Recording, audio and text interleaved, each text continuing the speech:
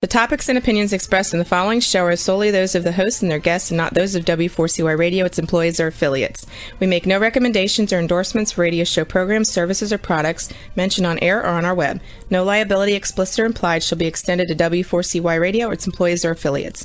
Any questions or comments should be directed to those show hosts. Thank you for choosing W4CY Radio. Welcome to Entrepreneurs Ascending. This isn't just a podcast. This is a call to action for all entrepreneurs who are tired of seeing their businesses and communities suffer while big business continues to grow by the billions. We challenge you to apply the content of our time together to create businesses that your clients can't resist, your employees love to work for, and your communities can depend on. Now is the time for Entrepreneurs Ascending. Hello, and yes, now is the time. Oh, let me fix my camera here for those who are on video land. All right, so now is the time for Entrepreneurs Ascending. And yes, we want you to listen carefully, take some notes, put these ideas that you hear into action, because knowledge is not power. It's the application of knowledge that is power. And if you care about your business, you care about your employees, and you care about your community, why wouldn't you? Why wouldn't you, right? Well, actually, our guest today might be able to answer that question. Why wouldn't you? Because there are certain things that are really in our own minds that hold us back. There are certain obstacles that we might not even be aware of. Things that happened in our past to us, beliefs that we've come to just take as truth about the world and ourselves. And so today, Kimberly Lebbing, who we will have on here just a moment, she's going to share her entrepreneurial story and her journey around NLP and her journey about that mindset coaching and how she has developed a program that can do a 4-hour turnaround. She's going to talk about her entrepreneurial journey, and then we're going to get into, okay, what is it about these obstacles, these barriers, and what are some things that you can start doing immediately to start identifying and working through them. So we're going to hit the quick break, and then we'll be right back with Kimberly. Have you been suffering from chronic pain, disease, or sleep disorders? Did you know that 75 to 90% of disease is caused by inflammation in the body? The sad truth is, most doctors just treat symptoms rather than finding and fixing root causes of inflammation. If you want to fix your health problems, then finding and fixing the cause of the inflammation is a must. It's time to demand this for your health care and start living life to its fullest again. Book a discovery appointment with the Functional Health Team founder, Dr. Flora, to get your answers ASAP at www.functionalhealthteam.com. Hello, Kimberly. Hello. Good morning. Good morning. So great to have you on here today. And I think that, well, I think a great many things, but I think that it's going to be a fantastic show today. And so many people, I mean, I know I've been there. I'm sure you've been there too. You know, maybe you can share a little bit about your journey, what propelled you into to NLP and figuring out, okay, how do we get past those obstacles? So it's great having you here. So just to kind of like dig into some things, what is NLP? And we've had some folks on here before who have talked a little bit about it, but it's always good to kind of, reset on that. And so what is NLP real quick before we get into all that stuff? Sure. It's actually, it sounds more complicated than it is. Yeah. It stands for neuro, which is the brain, linguistic, which is our language, and the programming, which we are doing all the time, every day. It's just whether it's intentional or not. Yeah. The programming that causes us to do the behavior that we do. Fantastic. Okay, so it's the neuro-linguistic programming, and I think we're going to get on into that in the second half. But before we get there, I really wanted to dig into like how did you get here? What brought Kimberly Lebbing to this point? But can you tell the audience a little bit more about what you do and your company and how you help folks, and then we'll get into that journey? Oh, sure. So I I focus specifically, I'm a success and mindset coach. Mm-hmm. So I work with business owners, entrepreneurs, companies and their teams that want to get to a higher level, but they've been stuck. And they haven't been able to figure out what it is or why they can't do the behavior that they want to do. That maybe they don't, maybe sometimes actually they know what's holding them back, but they don't know how to fix it. Or sometimes they don't know what it is, and I help them identify that. And then I have a 4-hour process that fixes it in 4 hours. That's incredible. Yeah. Well, for so many people, it's a lifelong struggle, and they don't get answers. There's a lot of different paths they can take, a lot of self-help books that they can read, and maybe even therapists and talking to, and so it's amazing that you can have this impact in as little as 4 hours. Yeah. So what was most influential to you about getting into NLP and starting down this path? I think, well, I'll have to share my backstory. Okay. So you can kind of, so I'll give you maybe the shorter version of that, but all right. Well, it's only a 50-minute show. So. Okay. So I grew up in a home with really, really young parents, and they were still in their teens when they had. Okay. Yeah. So they didn't know what they didn't know, but there was a lot of verbal abuse, a lot of dysfunction going on from both families, and they were teenagers. So if you imagine a teenager that grows up in a dysfunctional home, I mean, they're not the most positive upbringing. Right. And that led into, and I didn't know at the time, but I mean, it led into just broken relationships. I struggled in relationships. I've always been entrepreneurial. My parents, so I want to give them credit for the good too. They were very entrepreneurial. My dad was a farmer. He worked hard. My mom had her own businesses that she did from home. They were both very hard workers, very focused. So I had that entrepreneurial spirit in me, but I also had like all these struggles that went on internally with relationships and procrastination and kind of just the negative thinking, the programming that I had grown up with worked against me. And I struggled with it for a long time. And just like you said, I did the books, the podcasts, well, maybe not then. They weren't as prevalent then, but I listened to things. I went to seminars. I went through counseling. And it all helped, but it just didn't really get to the problem. And I got frustrated with how long it took because I feel like, it took me half a lifetime to get where I am until I discovered neuro-linguistic programming. And when I discovered that and found out that it could be changed really quickly, I was all in, and I was proof. I was totally proof that it worked and that the changes happened immediately. Wow. So what was that aha moment for you with it? Like, the aha was it kind of twofold, because I didn't want other people to have to wait to get their results. I mean, that's what it was all about for me. I was so frustrated because I knew what I was capable of doing. I knew that I had something in me that I wanted to do and bring something bigger into the world, but I couldn't do it. Like literally something was stopping me. I didn't know what it was. And I know there's other people out there that are like me, that are frustrated with their own behavior. And I'm very motivated to give them fast results, because a lot of times it doesn't, like you said, it just doesn't come fast. Yeah. And I don't think anybody should have to wait. Right. If something's out there, you shouldn't have to wait. Yeah. So you knew that there was something in you, and you knew that there were some obstacles there. So how did you stumble upon then the whole idea of NLP? This is kind of a funny story. Okay. I like funny stories. Well, maybe funny, ironic. I had been, because I mentioned I had gone to seminars and things for a number of years. Yeah.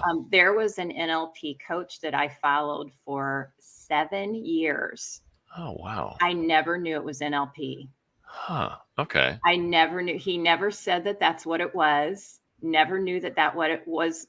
He did it in a different way, though. He didn't teach it.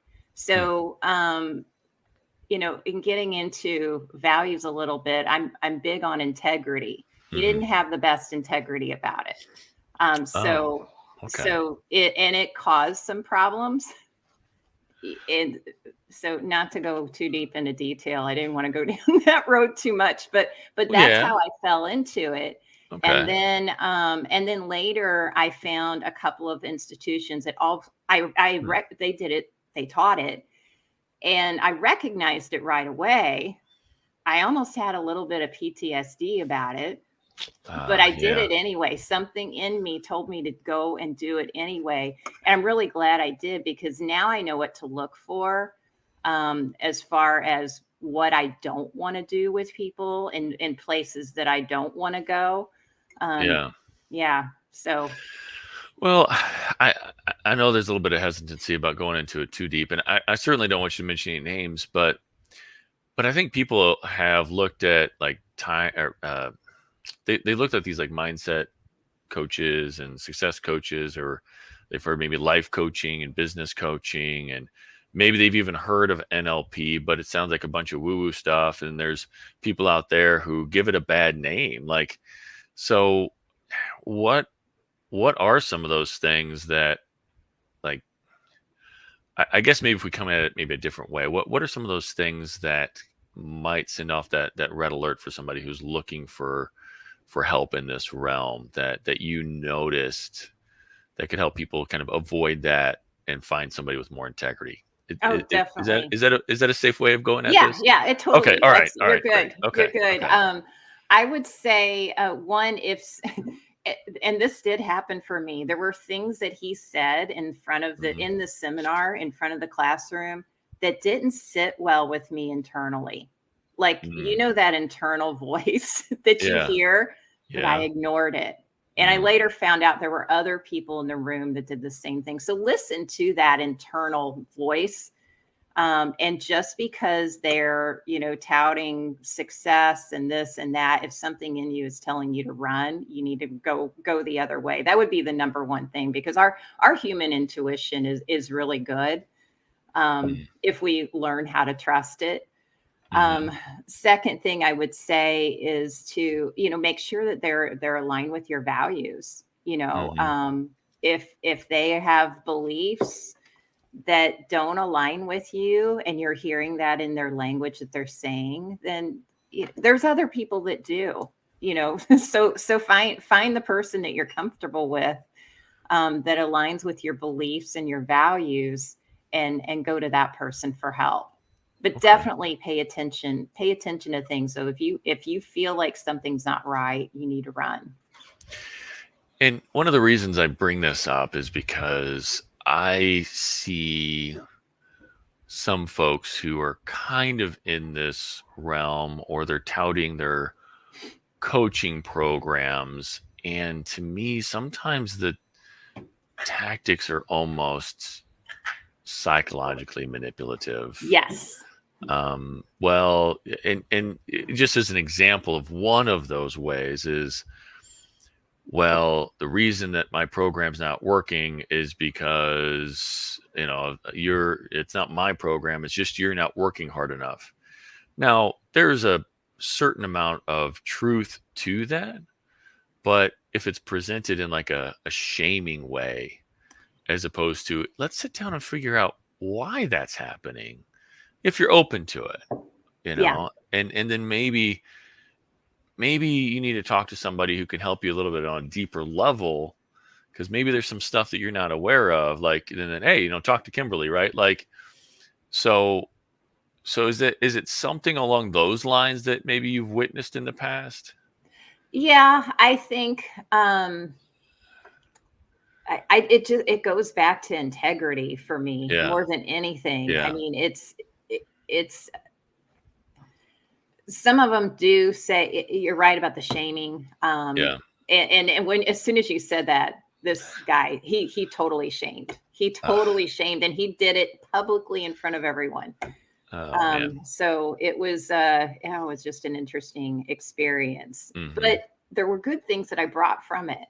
So, Tell me not all about the those. teaching, it wasn't all bad teaching. There were definitely good things that I took from it, and some things that I've actually have put into my 4-hour process, not the manipulative things. So, Yeah. Yeah. So a lot of times we can get stuck in kind of kicking ourselves about like, oh, why did I go down that path? And how did I let this person manipulate me like that? And how did I not see it? But as you brought it up, it seems like focusing on, okay, what did I learn is huge. So what do you feel like, even though that was not the path necessarily directly, it was part of the path. So what do you feel like you learned from that experience? The ways that particular person helped me, I was not aware of my language. I was not aware of my thoughts. I was told, so it was a big eye opening. I was not aware of the way that I grew up and how, and not all of it being bad either. Like my grandmother that grew up in the Depression, and her language around money and saving and and how those things impacted me. So and how I talk to my kids. So those are the things that I took away that were really eye-opening and helpful. So his teaching on language and positive words and those kinds of things were really eye-opening, and helped me a lot.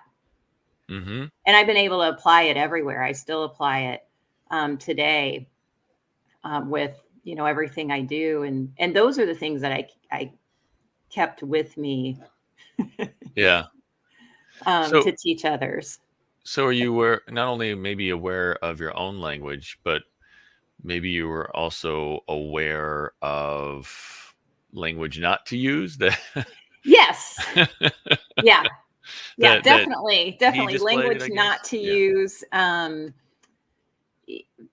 But there was so much, at the time my kids were littler.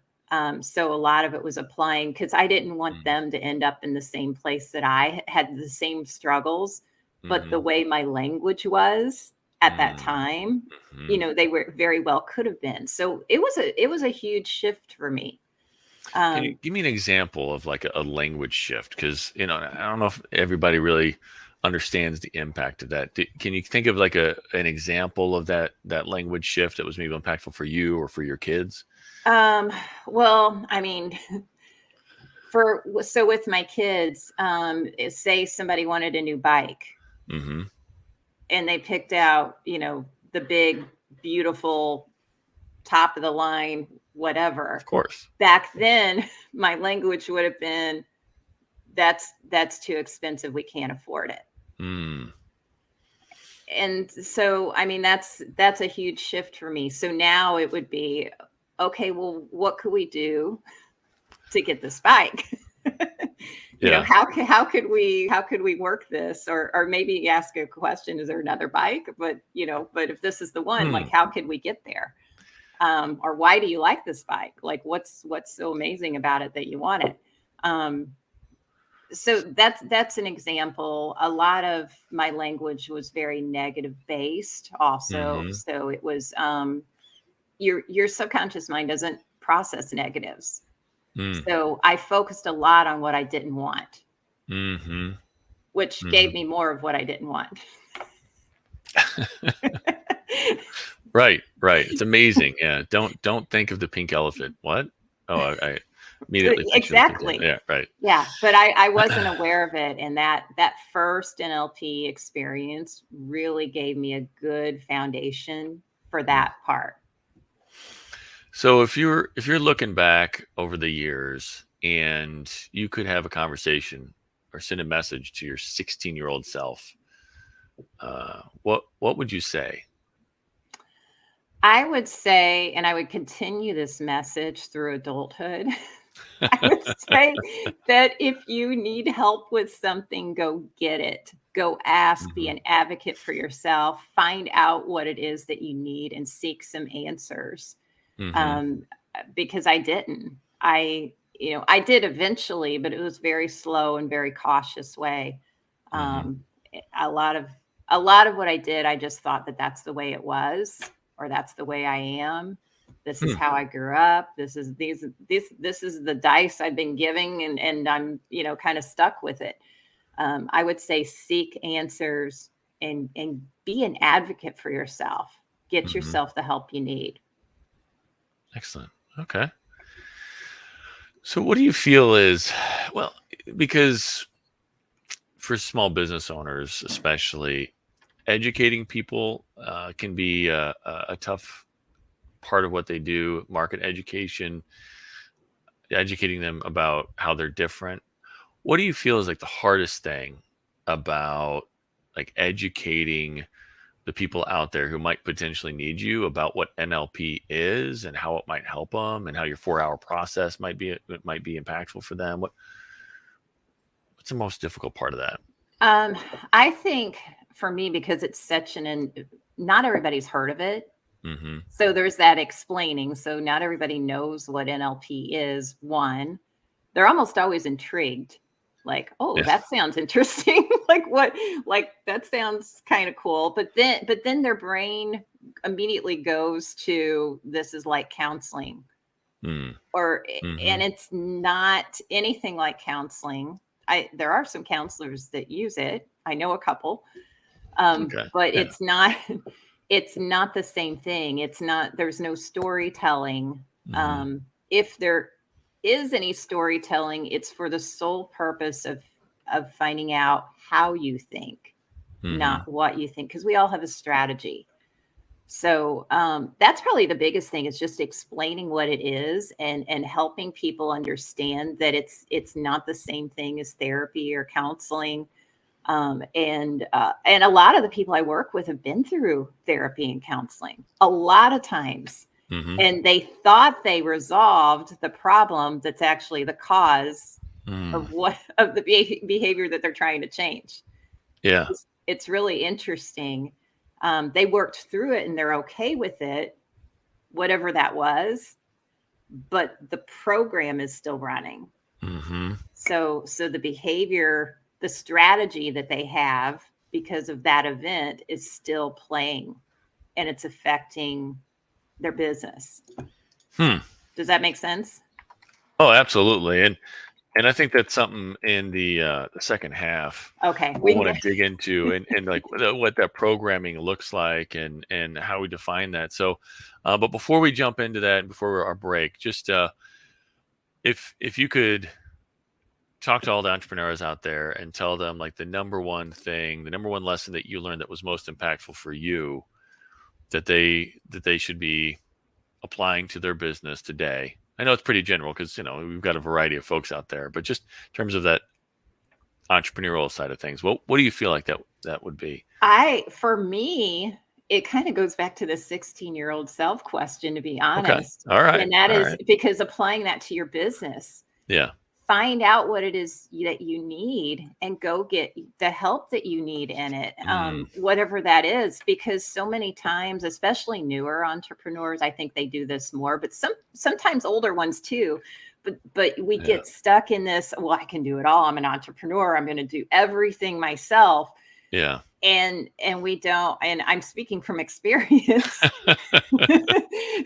We don't get the help that we need, that's going to move us forward faster. Yeah. And we just think that we can do it all, and it's a terrible trap, really, because Hmm. what it ends up doing is it ends up making us not doing what we're really gifted at Yeah. on the level that we could be if we Hmm. didn't have all these other things we were trying to do.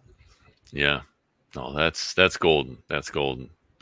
And I think part of that is being vulnerable enough to to to be able to recognize that, yeah, you're not great at everything. You're just Yeah.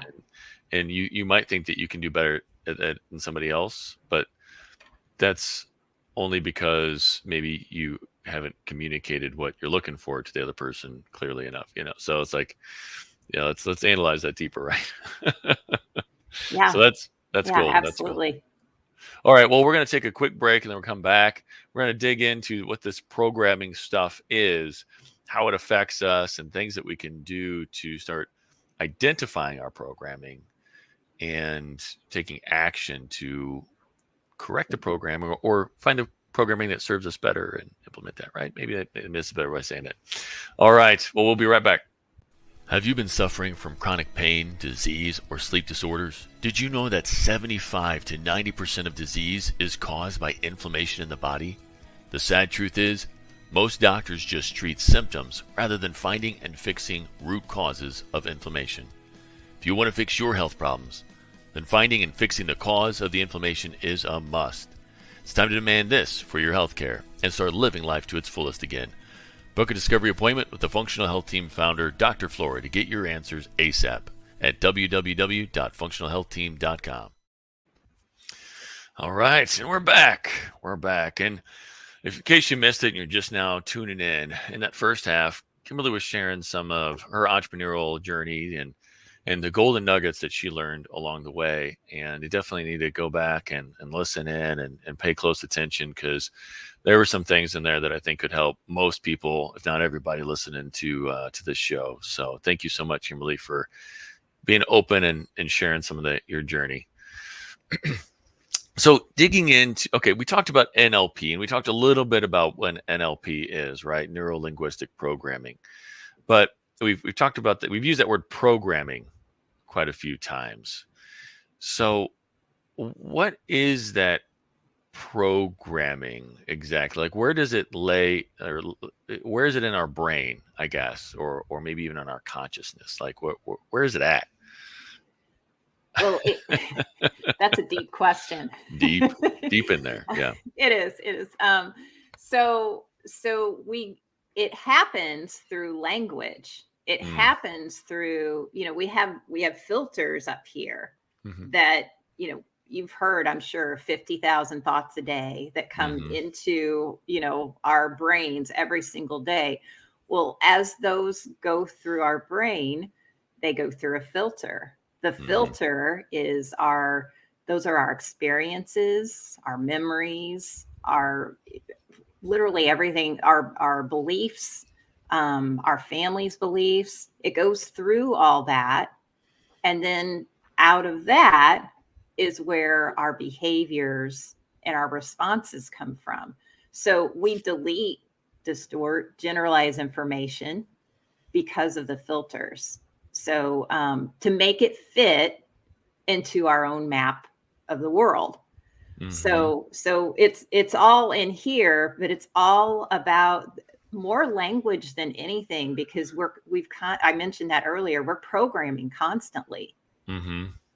We've been programmed up to this point. For a lot of people, it hasn't been intentional. It's been, you've been programmed to do the things that you don't want, not the things that you do want. So that's a big, huge piece of it. But when those filters happen, we all do it. It's there. It's just part of our makeup. But that's how we respond to things. So that, that fear thing that happened, maybe you fell down the stairs when you were, a year old, and your parents went, and then all of a sudden you saw that. Yeah. And then, maybe later you developed a fear of heights, or, something else, but it was out of every time you came up to, maybe get up on a slide or, swing high up or whatever. I'm just going through different made up scenarios.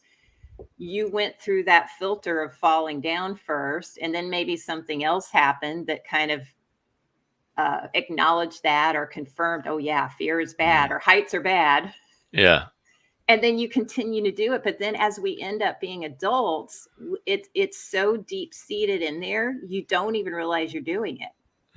And so then it ends up applying to other areas in our businesses and other things and you're not even aware that it's happening. And you have no idea why or what started it.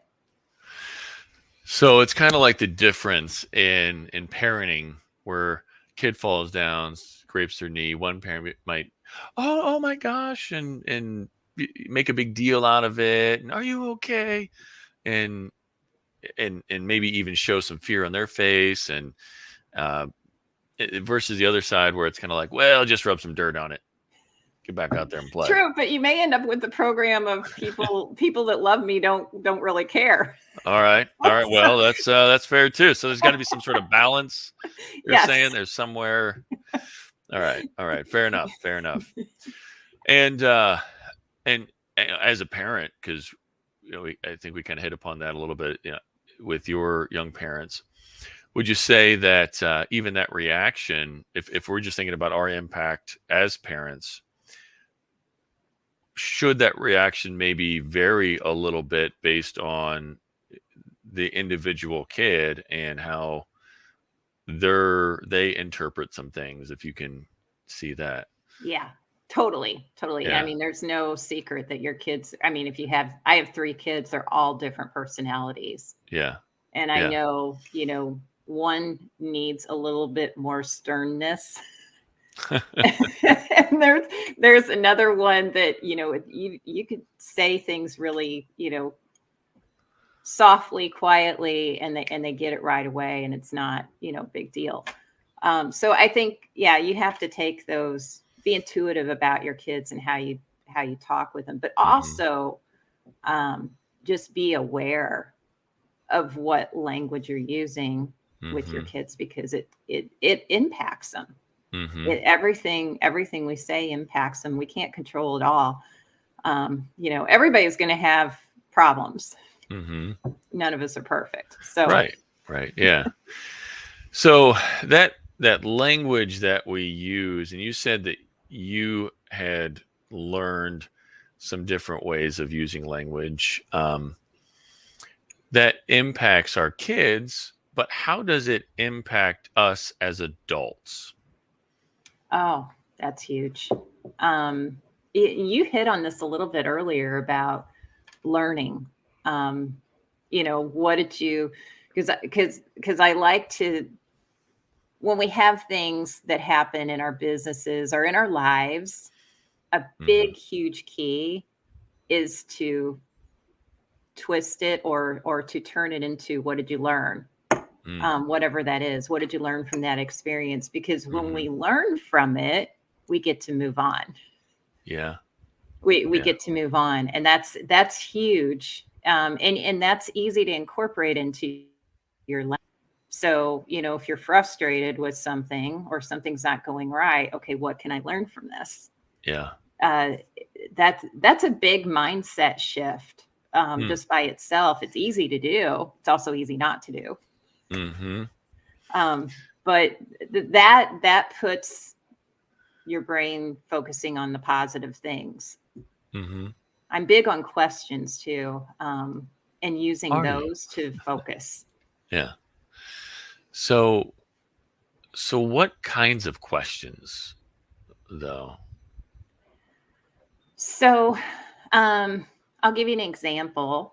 I like using this example because I think it probably resonates with a lot of people, especially after going through the pandemic. But let's say you're trying to lose weight. It's a lot of people put on weight. I feel attacked right now.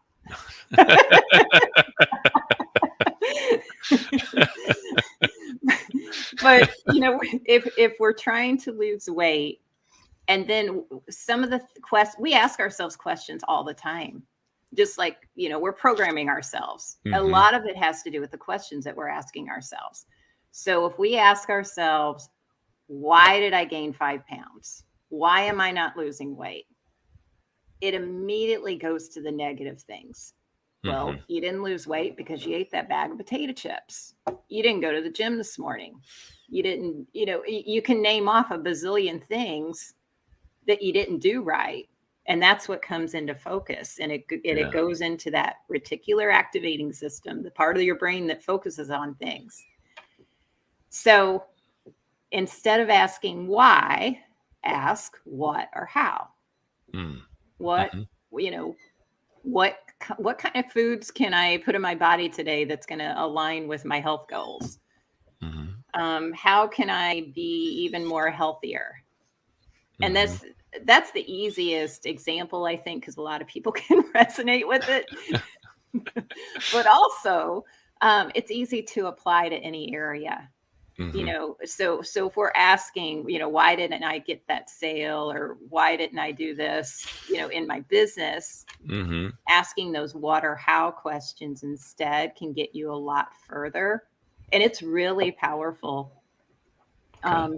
Really, really powerful. If you can do it before you go to bed, that's even more powerful, because your subconscious mind will think about it, and give you those answers when you wake up, and you don't have to do the work. It does it for you. Okay. So are there like some specific questions that you recommend in general for people to kind of ask themselves before going to bed, or maybe journaling on, or something like that? I do. I actually use I have a stack, and I write questions all the time based on what is it that I need to improve. So what area do I want to improve? And then I write a question on that problem. Okay. So one of the questions that I always ask every single day that I've never changed is, what can I be grateful for right now? Yeah. How do you think that helps people? Yeah. On a day-to-day basis? Yeah. How, what impact would that have on, you think, the most people's lives if they ask that question every day? Oh gosh. I mean, with any area, it helps your brain focus on what's working. When we focus on what's working and what's good in our lives, we see more good. I mean, it's very simple. When we focus on the negative, we look for it. And we naturally do that. Like we naturally go to the negative. I don't know why this is, but that's what we do. We really have to work on focusing our minds on gratefulness and being thankful. Because when we look for those things in our lives, whatever it is, if you're having trouble in your marriage, I work with a lot of people, relationships also, business owners, but business owners have relationship problems a lot of times because they're so focused. Whatever, if it's in a relationship, what can you be grateful for in that relationship? What about that person? What do you like? Because when you're constantly, he's doing this, they're doing this, they're doing this, it just brings out more of that. Okay. Now, we talked a little bit about how to identify some of these things that might be holding us back in our lives, maybe shifting slightly, but still kind of with this idea of questions. What are some ways that we can use questions to start identifying some of the obstacles that might be keeping us from focusing on what's working, or taking action on the things that we want to take action on? So I want to give you a lot of times people don't know what it is. Yeah. They think they do. Okay. I struggle with procrastination. Or, you name the thing, whatever, inferiority complex, or imposter syndrome. That's the one. Yes, that's a very popular one. Yes, syndrome. Imposter syndrome is very popular these days. Yes, it is. And it's a very surface level thing.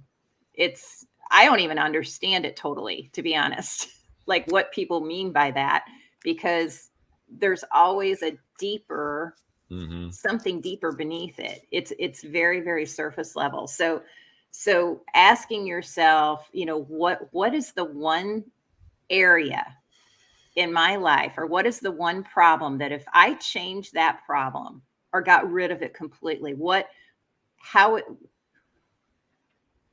area would impact my life all areas the most, that if I solve that problem, what is that problem?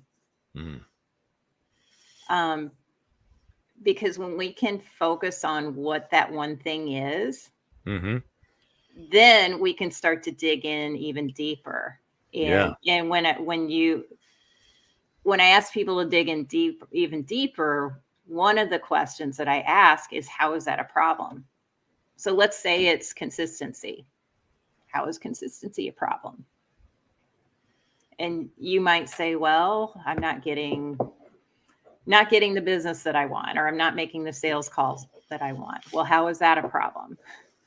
And you've heard this done with why. I'm probably, Yeah. Same thing, just layering. How is that a problem? Until you get to the deeper problem. And then that's the one you want to focus on. Okay. So sometimes, I'll give you an example. I worked with a lady that she wanted to scale her business. 3 or 4 years of wanting to scale, not taking any action on it. And she had imposter syndrome. But that was what she said she thought she had. And we did this process of asking, how is this a problem, and really digging in. And it ended up being trust. Trust was her issue. She didn't trust herself to make good decisions. She didn't trust other people. And if you're trying to build a big business, I mean, trust is like something you have to have. So now I identify people that maybe don't want to let things go, that want to do too many things. A lot of times that's a trust issue. And they may not know how to fix that. But that's a example of something that I see a lot, is trust. And sometimes people have multiple things going on why, but that was the big one for her, was trust. So using those questions to dig in deeper, how is that a problem? Why is that a problem? And just trying to get into, okay, what are the deeper levels? Yeah. Now, what are the challenges for somebody who's doing that on their own without somebody guiding them through it? So, one, ask how, not why. So make sure you're asking yourself how and not why, so you're not going down a negative trail. You have to set aside time.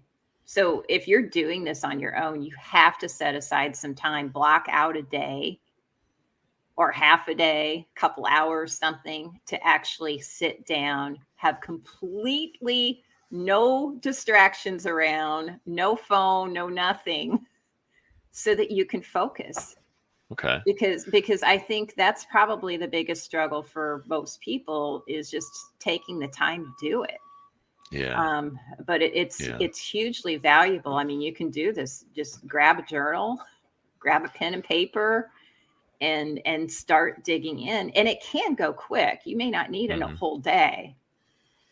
But if you haven't done this before, if you've never done it, you might want to take a whole day. You might need to go, get a hotel room somewhere just so that you can be alone and by yourself. Yeah. All right. So once somebody starts to identify some of those deeper issues, let's say trust, what can they do to start reprogramming? So you can go back to questions. So how can I incorporate trust into my life even more?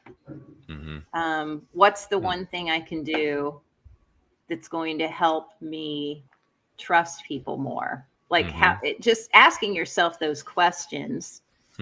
I talk a lot about getting to the root cause of it. So finding out, and this is part of the process that I do with people, is finding out what caused it. And they can do that on their own, just asking yourself, like, what's the root cause of the trust? A lot of times people know.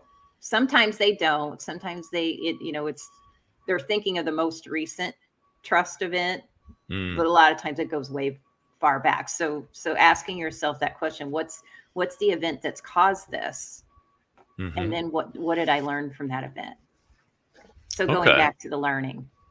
So how does your 4-hour methodology, how does that kind of shortcut this for people? Good question. I'm good at finding problems, for one. Right. So, I mean, I'm trained to look for people's even their eye patterns, their language, things that they're not aware of, that I can hear. I mean, I have very specific questions that I ask them within the 4 hours that leads me to those events so that we can connect the dots. What I do is I bring the things that are smashed down in our subconscious, I bring it up here. And then when you're aware of what the problem is, it's a lot easier to fix it. That's why we don't ever think about it. We don't ever take the time to think about what is causing this problem, and we don't fix it. So my 4 hours very targeted to do that, to find the problem, find what caused it, and then we fix it or reframe it. It's really a reframing, and that's the learning part. Now, if it's a compacted amount of time and they're dealing with some of those deeper issues, do people ever find it to be overwhelming, or how do you help people through that? I think that the biggest thing that people are reluctant with me is that, in my process, is the fact that they haven't done it before. This process is different than anything they've ever experienced, period. And so that's the different part of it.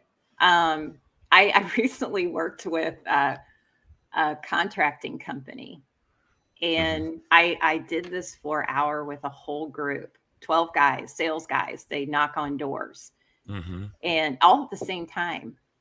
And one of the things that they said was that I made something really hard comfortable.